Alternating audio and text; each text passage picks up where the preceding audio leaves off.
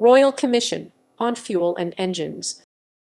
The British Royal Commission on Fuel and Engines was established in the United Kingdom on 31 July 1912, and its remit was to report on the means of supply and storage of liquid fuel in peace and war, and its application to warship engines whether indirectly or by internal combustion. Established by Winston Churchill, First Lord of the Admiralty from 1911 to 1915, its commissioners were John Fisher, George Lambert, Thomas Boverton Redwood, Philip Watts, Henry John Oram, John Jellicoe, William Matthews, Thomas Henry Holland. Oil integration.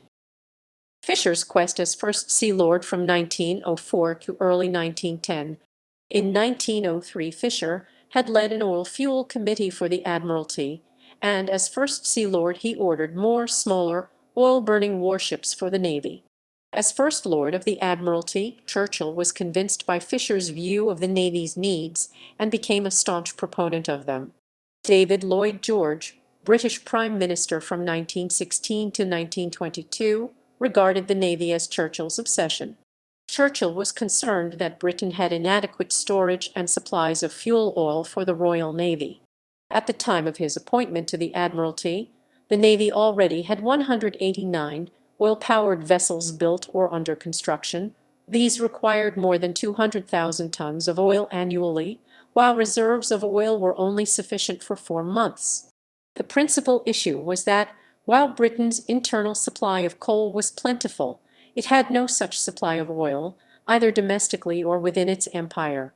Further, a projection of the Navy's requirement for oil in 1912, produced by the Admiralty in December 1911 at Churchill's command, indicated that this would be 225 times greater than the requirement 10 years previously. He appointed Fisher chairman of the commission and allowed him to choose its other members. All were experts in petroleum, geology, engineering, and shipbuilding. While standard warrants were published in the London Gazette, the Commission's reports, issued in November 1912, February 1913, and February 1914, were kept secret under the Official Secrets Act of 1911. Support. Some Navy officials showed outstanding support for the initiative. In 1914, Admiral John Jellicoe wrote to Fisher, "Oil fuel is also most a necessity for these vessels because of the great difficulty that they experience in our present battle cruisers of getting coal to the furnaces sufficiently rapidly to keep their full speed after they have reduced coal." Great strides were made in oil innovations, thanks to the Admiralty's support. Resistance.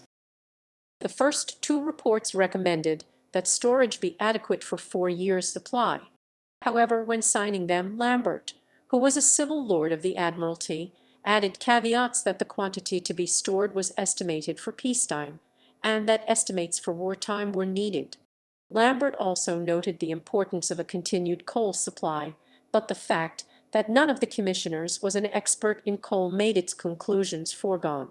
Among the most significant of these were that fuel oil was vital to the Navy, that it was best used in internal combustion engines, that the United Kingdom should keep large reserves of it, and that the Admiralty needed to become a large-scale buyer. The Commission influenced the British government's decision in 1914 to buy a controlling 51% stake in the Anglo-Persian Oil Company, of which BP is the successor. Result: over the course of the 3-year period, Fisher filed 3 reports on oil integration to Churchill. Churchill used these reports to establish 3 leading guidelines in oil integration: dispersing oil supplies so as not to rely on a single source, promoting competition between oil companies, drawing oil supplies from areas in the British Empire.